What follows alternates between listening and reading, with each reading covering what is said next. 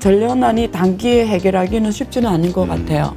진앙형으로 가는 길에 있어서 이게 조정을 잘 못하면 엄청난 물가 상승과 엄청난 이 전력난이 허덕일 수 있다는 거예요. 이미 스태그플레이션 시작이 됐고요.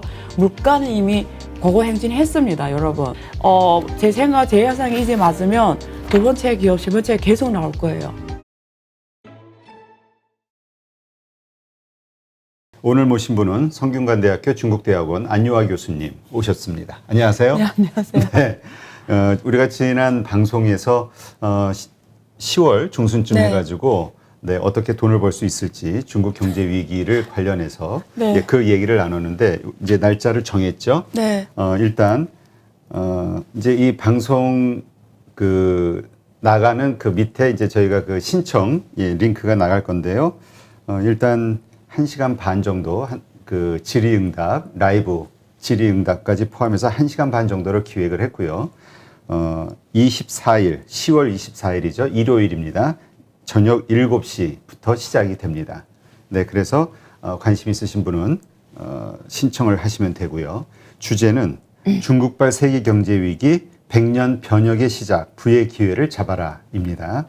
그래서 실질적으로 앞으로 전개될 수 있는 상황들이 어떤 게 있고 그것이 투자자들, 특히 한국 투자자들에게 어떠한 위기와 기회를 동시에 가져다 주는지 그 가운데서 어떻게 부를 잡을 수 있는 기회가 있는지 구체적인 뭐 기업 정보까지 알려주신다니까 네, 기대해 보겠습니다.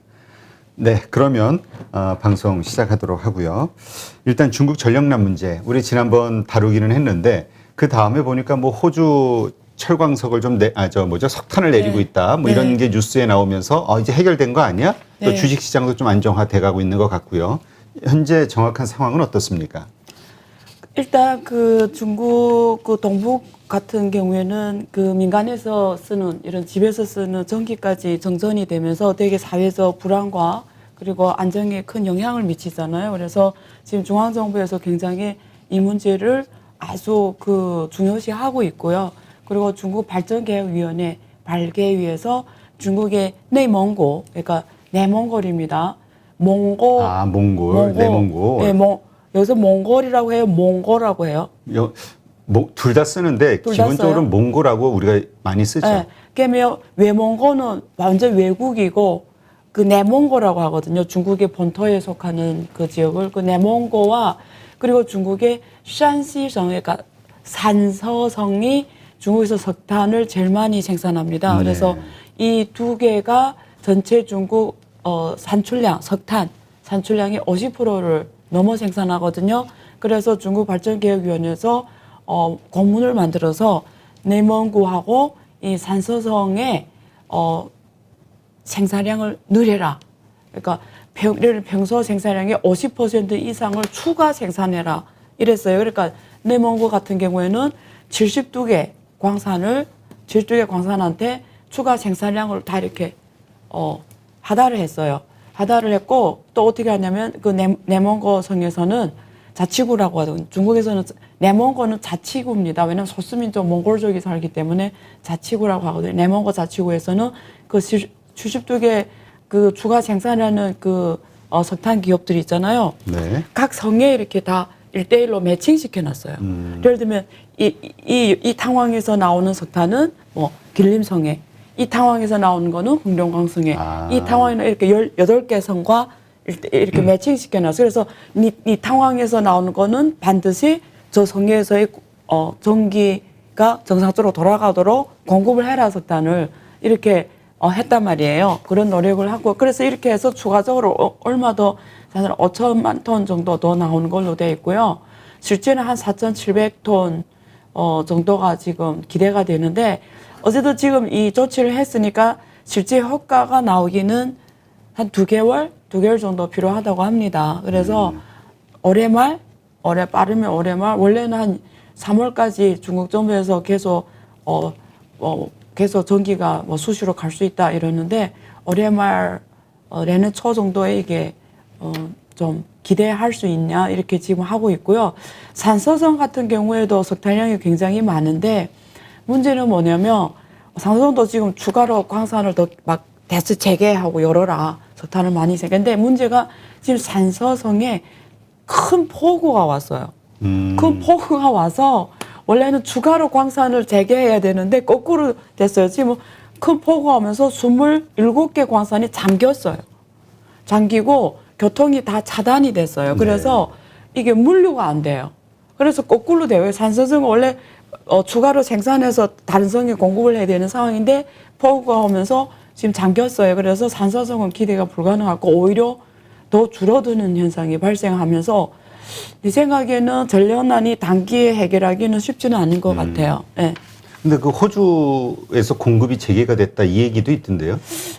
지금 이래요. 석탄 같은 경우에는 중국에서 그 소비량이 100만 톤이거든요. 네. 일. 근데 이 중에 8%가 수입에 의존합니다. 아, 호주. 이 동력 석탄이라고 하거든요. 불 때는, 화력 불 때는 이 석탄은 100만 톤 쓰는데 8%만 수입에 의존하기 때문에 그것도 근본적 문제 해결은 안 돼요. 네. 그러니까 결국은 중국 내에서의 그 지금 이 공급이 생산이 원활해야 된다. 네, 그렇죠. 그게 이제 해결책이다. 80% 이상이 중국 국내산에 의존하고요. 그리고 시간이 아무리 잘 해결된다 해도 한 2개월 이 정도, 3개월 정도 시간이 필요합니다. 그렇다면 기업들에 대한 뭐 단전 이런 것들은 계속 지속될 수 있다. 그렇죠. 이렇게 봐야겠네요. 네. 자, 그러면 그 뭐 호주에서 그 석탄을 공급이 재개가 됐다. 뭐 그래서 뭐 그 내리는 뭐 하역하는 그런 사진이 뭐 언론에 나오기도 했거든요. 네. 하여튼 뭐 중국이 호주도 그렇고 러시아나 인도네시아에서 석탄 수입을 늘리고 있다는데 이게 큰 도움이 되진 않을까요? 네, 그래서 지금 뭐 호주뿐만 아니고 러시아 그리고 인도 등 다른 나라, 인도네시아도 포함해서 이렇게 사실 지금 수입도 확대하려고 노력은 해요. 국내산도 증산하고 수입도 지금 확대하고 노력하려고 하는데 여러 가지 뭐 사실 유럽도 사실은 지금은 그거 아세요? 유럽도 지금 천연가스 전력가스하고 전련안에 지금 그렇죠. 오늘 올겨울 나기 제일 힘들다 뭐 이런 얘기 나오죠. 그 정도로 지금 유럽도 지금 전체적으로 전련안에 지금 힘들어하고 있어요. 그래서 유럽은 가스가 지금 부족한 상황이고 중국은 지금 석탄이 부족한 상황인데 여기에서 우리가 받는 인사이트는 뭐냐면 왜 이런 현상이 나올까? 그렇죠? 이런 현상이 나올까? 그래서 전체적인 물가가 굉장히 많이 올라갔고요. 그래서 지난번에 제가 이 자리에서 다뤄줬지만 크게 여러 가지 원인으로 분석할 수가 있는데 미국의 이런 양적 완화 정책이 전체적인 원자재 가격을 올리는 게 있었고요. 또 코로나 때문에 물류도 원활하지 않으면서 또 물가 상승으로 이루어진 것도 있고 공급도 원활하지 않은 부분도 있고요. 여기에 또 중국과 미국 간의 이런 무역 갈등 또 이런 경쟁 국면이 또 더 큰 문제를 일으킨 것도 있지만 여기서 오늘 제가 한 가지 더 추가해서 말씀드린 상황은 사실은 여기에서 뭐하고 관계되냐면 좀 더 깊게 말씀드리면 친환경이잖아요. 요즘에 이슈가. 친환경이라는 게 뭐죠? 우리가 전기를 낼 때 앞으로는 전기 자동차가 다 친환경 자동차로 가장 부각되는 영역이면서 자율주행 자동차 이런 것들이 다 전기로 돌아가잖아요. 그렇죠. 모든 게 다 전기를 쓴단 말이에요. 근데 그 전기를 어떻게 내냐의 문제인데 우리가 친환경 주제와 관련해서 ESG가 지금 핵심이잖아요. 그래서 새로운 그 동력 에너지, 신재생 에너지가 부각받아 왔어요. 그래서 유럽 같은 경우에는 제일 빨리 신재생 에너지로 간 지역입니다. 그래서 유럽은 친환경이 가장 먼저 됐잖아요. 그죠? 탄소 시장도 제일 크고요. 근데 지금 그 뭐 가장 먼저 ESG를 했고, 가장 먼저 친환경 했고, 가장 먼저 탄소 이런 시대를 연 유럽이 지금 천연가스, 지금 가스 부족에 허들리고, 전력난에 허들리고, 물가가 고공행진하는 가는 거는 우리가 지금 이 시점에서 생각해야 되는 거는 우리한테 준 숙제가, 혹은 지금 가고 있는 다른 나라에 준 숙제가 뭐냐면, 친환경으로 가는 길에 있어서 이게 조정을 잘 못하면 엄청난 물가 상승과 엄청난 이 전력난에 허덕일 수 있다는 거예요. 근데 그게 만약에 유럽처럼 이렇게 작은 국가로 되고 이러면 또 문제가 괜찮은데 중국처럼 엄청난 국가가 이게 친환경 문제와 그러니까 이상적인 상황은 저기 분명히 있어요. 그렇죠. 여기로 가는 건 맞아. 근데 현실이라는 게 또 제약이 있어요. 그러면 이 가는 스텝에 있어서 너무 콱 가게 되면은 오히려 이게 경제 충격으로 올 수 있다라는 거예요. 물가 상승이 확 올라가 버리면 그렇죠. 경제 충격이 오거든요. 그래서 왜 그럴까? 친환경이라는 게 뭐죠? 우리가 바람 에너지, 풍력 에너지잖아요. 풍력. 그리고 우리가 뭐 원자로로 우리가 낼 수도 있고요. 그리고 태양광. 수력, 태양광 이런 건데 이런 게 한계가 뭐냐면 기후 그러니까 날씨 변화의 영향을 너무 많이 받아서 이게 안정적이지가 않아요. 그렇죠. 특히 풍력 에너지도 지금 그 기술적으로 많은 문제를 해결을 해야 돼요. 태양광 에너지도 똑같습니다. 그래서 많은 것들이 신재생 에너지로 가면서 그게 기술적인 문제가 아직 수력은 겨울에는 안 돼요. 또 얼어서. 그러니까 이게 굉장히 기술적인 것과 아직 숙제가 남은 상황에서 너무 빨리 환경 문제를 들이대면서 석탄이라든가 이런 전통 산업을 버려버리면 이게 결국은 그 사이에 완충이 안 되면서 샥이 온다라는 거예요. 특히 중국 같은 경우에는. 그래서 중국 지금 딜레마에 빠진 거죠. 왜냐하면 2030년에 탄 배출을 정상에 올려놓고 그다음부터 줄이겠다고 하면 지금부터 기업들이 빨리 ESG하고 탄소 배출을 줄여야 되고 석탄이 중국 전체 에너지 자원의 70%인데 이걸 빨리 줄여가야 되는데 이걸 하면서 역설적으로 그 중국에서 서양 산업으로 규명했던 전통 산업들이 오히려 가격이 고고행진이 되는 상황이 연출이 된 겁니다. 네. 그게 지금 석탄이라는 거예요. 가격이 지금 톤당 작년에 400원 하던 게 지금 1,800원 넘어갔거든요. 얼마 올랐어요? 4배 넘어 올라갔어요. 원자재 가격이. 그러니까 지금 많은 분들이 걱정하는 게 네. 이러한 현상으로 인해서 네. 스태그플레이션이 전 세계적으로 발생하는 거 아니냐. 이미 발생했죠? 이미 네. 그러니까 이게 발생했죠? 네. 그게 일시적이냐 아니면 네. 정말 우리가 우려할 만한 수준으로 확대될 것이냐 이게 이제 그렇죠. 그래서 저는 질문 자체가 저는 개인적으로는 이미 시작이 됐다고 생각하고요. 단지 이게 더 가속화되냐 좀 완화되냐는 미국의 정책과 관계됩니다. 미국에서 테이프링 지금 기조가 어떻게 되고 금리를 언제 인상하고 그래서 지금 일반적으로 시장에서는 내년 말쯤에 금리 인상으로 가고 올해 점차적으로 테이프링 진행하는 걸 보는데 그에 따라 좀 달라지겠지만 이미 스태그플레이션 시작이 됐고요. 물가는 이미 고고 행진했습니다, 여러분. 만약에 지금 물가를 인식 못 하잖아요. 그러면 여러분은 자산 관리할 여러분 돈이 지금 잃고 있는데도 모르고 있다는 말하고 똑같아요. 그래서 이미 시작이 됐고요. 단지 여기서 이슈는 뭐냐면 특히 한국에 있어서 이슈는 뭐냐면 우리가 한국의 주도 산업들 반도체라든가 그렇죠. 자동차 산업들은 다 전기에 의존하거든요. 전기가 원활하지 않을 경우에 이것이 물가 상승으로 있으면 기업들의 코스트가 확 커지면서 오히려 모든 것이 이게 충격을 올 수가 있어요. 당연히 주식시장에 반영이 될 거고요. 그래서 이런 것들인데 지금 애플 같은 경우에는 움직임이 뭐냐면 중국에서 애플은 설계만 하는 기업이에요. 아시죠? 그렇죠. 설계만 하는 기업인데 생산은 중국에서 합니다.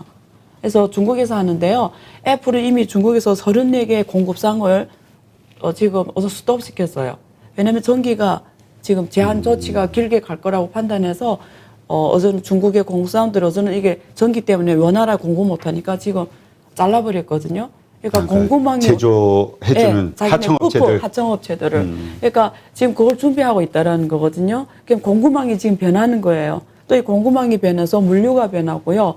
이게 체인이 변하거든요. 이러한 것에 따라서 또 이 기업들의 이해관계가 달라지고 한국은 늘 그 사이에서 소재 부품을 공급하는 업체들이기 때문에 또 이해관계가 달라집니다. 네. 네, 알겠습니다. 네. 하여튼 좀 상당히 좀 심각한 상황이 벌어질 수도 있을 것 같은데 어떤 네. 해결책이 나오지 않는 한, 네. 예, 일단 이 정도 하고 또 진행되는 과정에서 이제 다음에 또 말씀을 나누도록 하죠. 네. 헝다 문제는 어떻습니까? 헝다 그 외국 채권에 네. 대한 네. 그 디폴트 우려가 나오면서 네. 뭐 헝다그룹의 2대 주주인 네. 그 홍콩 부동산 업체도 자진 상장 폐지를 추진한다. 뭐 네. 이런 얘기도 나오고 있고요. 네. 네. 지금 제가 여러 번 다뤘지만 뭐 같은 주제를 가지고 같은 말 하기에는 좀 부담스럽잖아요. 그래서 조금 다른 얘기를 오늘 해드릴게요. 네. 헝다 같은 경우에는 제가 늘 주장이 뭐냐면 사실 한국의 많은 전문가들은 헝다가 그냥 헝다에서 그칠 거다. 그렇죠. 사실 그렇게 맞죠? 근데 네. 중국 내부의 문제로 끝날 거다. 네, 거의 끝나다. 뭐 크게 그렇게 우려할 상황 아니다. 이게 아마 메인 그렇지. 주장이실 거예요. 중국이 컨트롤할 수 있는 능력이 있다. 네, 근데 저는 어떻게 늘 말씀드렸냐면 헝다는 헝다 문제지만 헝다에서 볼 수 있는 거는 아래와 같은 여러 가지 문제다. 첫째, 헝다를 이해한다는 건 중국 경제를 이해하는 거다. 그리고 헝다 위기는 헝다 위기로 끝나지 않을 거고 헝다 같은 똑같은 문제들이 중국의 전체 부동산 기업에 똑같이 존재하기 때문에 헝다 작년부터 시작된 헝다 위기는 지금 계속될 거고 오히려 이제 헝다는 이제 도화선이고 더 많은 헝다 기업들이 일어날 거다 이제. 그래서 그런 얘기를 했고요. 제 생각, 제 예상이 이제 맞으면 두 번째 기업, 세 번째 계속 나올 거예요. 예를 들면 중국의 지금 톱 20 부동산 기업들이 주로 중국의 메인 부동산을 이끌어 가는데 거기에 뭐 우리가 화양연 이런 기업들, 롱创이런 애들 롱创은 거의 톱 5에 들어가는 대형 네. 재벌 기업인데 얘들 곧 문제가 터질 거예요. 그러니까 연속으로 터질 거예요. 근데 일단 좀 이따 말씀드리고요. 헝다 같은 경우에는 지금 자회사가 있어요, 밑에. 그게 쥐샹이라는 자회사인데 얘네들에게 계열사들이 또 연쇄 파산이 나는 거지. 그러니까 계열사들. 헝다가 가장 위에 있었는데 거기에 이렇게 계열사 공급상들이 있잖아요. 공급상들이란 거는 이 헝다의 한국의 뭐 하청업체들 재벌사가 있으면 해체들 거기에 이렇게 그렇지. 공급해서 먹고 사는. 그러니까 헝다가 딱 터지니까 그 하청업체들이 똑같이 문제가 터지는 거예요. 그렇지. 결제 받을 때 돈을 못 받으니까. 그러면 또 그 하청업체 공급하는데 또 돈을 못 받는 거지. 그렇죠. 그리고 그 하청업체가 발행한 채권들이 부도가 나는 거죠. 갚지 못하니까. 그렇죠. 근데 그 하청업체가 특히 계열사의 경우에는 채권을 발행할 때 헝다가 보통 제3자 담보를 써줬어요. 근데 그게 그 계열사가 만약에 지금 채권을 발행했는데 지금 이게 공급상 이 위에 헝다에서 공급 자금을 못 받으니까 부도를 내면 헝다가 제3자 담보되니까 얘네 부도 냈으면 헝다를 찾아가죠. 근데 헝다는 뭐 못 준다 이런 식이니까 그러면 또 부도 나고 또 부도 나면서 지금 그 밑에 3,000개 넘는 공급사들이 지금 다 부도 생긴 거죠. 그 중에 하나가 지금 제일 빨리 오는 게 쥐샹이라는 이 발행한 사모채권인데 얘네가 지금 얘네는 그게 없어요. 30일 유예 기간이 없습니다. 아, 바로 못 네. 갚으면 뭐 바로 부도. 얘네들이 이게 채권 조항에 못 갚을 경우에는 바로 그 디폴트 선언할 수 있다는 조항이 들어가 있기 때문에 디폴트 선언하면서 채권자가 법적인 파산을 요구할 수가 있기 때문에 지금 엄청난 지금 문제가 터진 거죠. 아, 근데 이 공모 달러 27조 원입니까 이게? 네. 얘들 합해서 지금 달러 채권이 지금 합해서 한 200억 달러 돼요. 근데 액수로는 사실 엄청 큰 게 아닌데 문제가 뭐냐면 그 조항에 다 헝다 계열사가 했던 이게 달러 채권은 유예 기간이 없습니다. 그래서 하나를 부도낸 법적인 그 디폴트 선언이 되고요. 그리고 계열사가 내려가면서 다 문제가 터진다라는 게 더 중요하죠. 네. 네. 그러면 지금 얘기하신 대로 그 헝다 문제만이 아니라 관련돼서 네. 그 중국 부동산 개발업체가 한 10여 군데가 지금 흔들린다. 네. 네. 이렇게 이해하면 되고 그로 인한 또 연쇄 파급 어떤 그 충격적인 어떤 네. 그 뉴스가 나오면서 또 시장은 이렇게 네. 흔들릴 가능성이 있다. 네. 이렇게 이해하면 되겠네요. 네. 근데 어쨌든 이런 중국 부동산 개발업체들의 자금난이 계속 이어진다면 결국 중국 부동산 경제 어려워지는 거 아닐까? 아니면 네. 뭐 전체적으로 좀 그것도 많이 올랐잖아요. 네. 이게 거품이 꺼지는 계기가 되지 않을까? 네. 이런 걱정할 수도 있을 것 같은데요. 그렇죠. 그래서 지금 제가 비슷한 얘기를 해드리면 일단은 어떤 영향을 미칠까 시장에 그 말씀을 드리면 첫 번째는 지금 골드만삭스에서 보고서를 냈는데 헝다가 지금 대차대조표에 나온 부채 규모가 1.98조라고 했는데 얘네 보고서가 뭐라고 했냐면 대차대조표 외의 부채가 1조 위안. 그러면 합하면 2.98조니까 거의 3조 위안이에요. 3조 위안이면 한국말 하면 한 540조 정도 돼요. 그러면 한국의 1년 예산입니다. 그래서 규모 어마어마하죠. 그러면 대차대조표 이외의 부채가 뭘까? 뭐가 대차대조표 이외에 안 나올 것 같아요? 그림자 경제. 그림자 금융? 그림자 금융. 근데 그거보다 그럼 일반인들이 몰라요. 방송에 듣는 분들이. 네. 제가 얼마나 친절합니까? 감사하죠. 자세히 설명드릴게요. 보통 네. 뭐 이렇게 대차대조표 이외의 부채라고 하면 일반인들은 그게 뭐지 이러는데 하나만 말씀드리면 이런 거예요. 중국 부동산 기업뿐만 아니라 일반 기업들도 그래요. 이렇게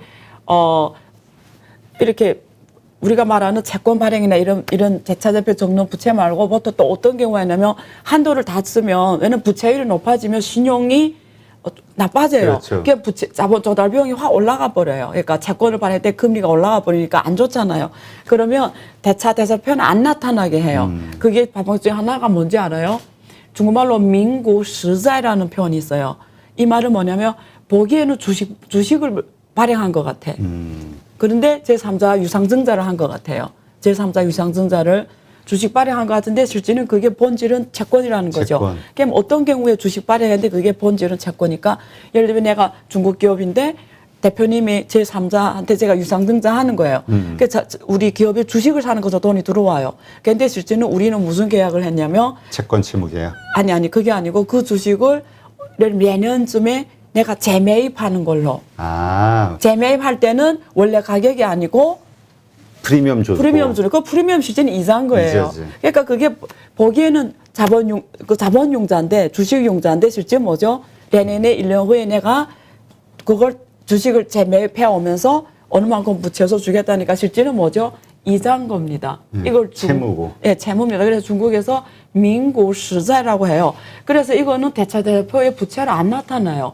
이런 행태가 제일 많아요. 근데 중국의 부동산 기업뿐만 아니라 상장 기업 대부분이 거의 이런 식으로 합니다. 그래서 데이터를 하나 주시면 이제 말한 것처럼 드리면 중국의 톱5 부동산 기업 중에 하나가 롱創인데 얘네들이 그 대차 대자표에는 부채 비율이 얼마냐면 87%예요.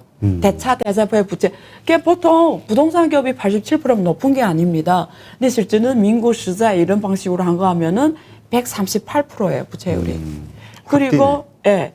그 B고유엔 중국의 톱5, 톱2, 톱3 부동산 제일 큰 부동산 기업 중에 하나인데 얘네들이 지금 대차 대자표에는 부채율이 50%밖에 안 돼요. 너무나 양호한 거예요. 근데 실제는 76%예요. 그리고 거의 이래요, 지금. 그래서 앞으로는 지금 우리가 지금 바산으로 나온 헝다도 대차대표 123%인데 실제는 139%. 예를 들면 이런 식입니다. 그래서 무슨 말이냐면 부동산 중국 기업들을 볼 때 부채율로 문제를 판단하는 거는 좀 어려우라는 거고요. 이런 걸 잘 봐야 된다는 얘기를 합니다. 이게 첫 번째 포인트고요. 그 다음에 두 번째는 뭐냐면 헝다가 이런 사건 터지면서 제가 제일 늘 말했지만 걱정되는 게 부동산 기업들이 신용이 없어지는 거예요. 그렇죠. 그러니까 헝다가 파산하지만 다른 기업들이 시장에 나가서 채권을 발행할 때 잘 안 팔린다는 거죠. 그렇죠. 그럼 뭐예요? 중국 지금 정부 당국의 정책이 뭐냐면 은행에서 부동산 기업에 대출을 하지 말라. 그러면 은행 대출이 막힌 거잖아요. 그리고 외채를 쓰지 말라. 해외 나가 어느 달러 하지 말라. 신탁 자금을 발행하지 말라. 이러면 부동산 기업이 부동산은 뭘로 돌아가? 파이낸스로 돌아가는데 그렇죠. 돈이 있어요. 부동산 단기는 금융입니다. 근데 얘네들이 레버리지로 하는 애들인데 돈 어디서 어쨌든 갖고 와야 되는데 그러면 채권 발행밖에 없어요. 채권 발행밖에 없는데 헝다가 이런 부동산 신용에 딱 참으로 껴얹으면 다른 기업들이 채권을 발행해서 유일한 길이 채권 발행인데 그 길이 막혔다라는 거예요. 그러면 부동산 기업들이 앞으로 채권 발행 잘 안 되면 융자가 안 된다라는 거예요. 그러면 전체 부동산 기업들이 좋은 부동산 기업들도 무너지게 생긴 거죠. 그러면 내가 말하는 게 뭐 이렇게 막 공포를 조성하는 게 아니라 실제 데이터가 그렇게 나와요.